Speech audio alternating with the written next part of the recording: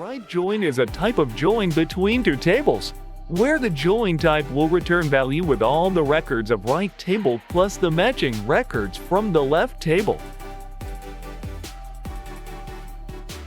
This product table is our left table, which contains product ID and product name.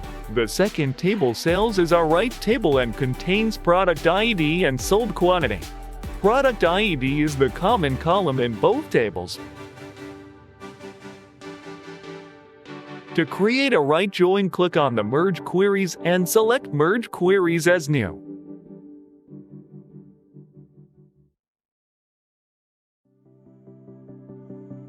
I will select Sales Table from the drop-down for the right table.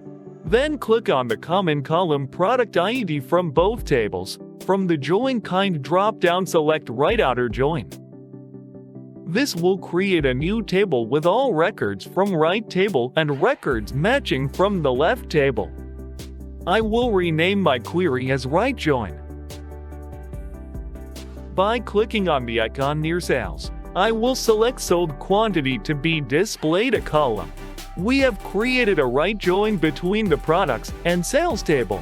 The null values are the values which did not match or were not available in the product tables for that corresponding product ID of right table.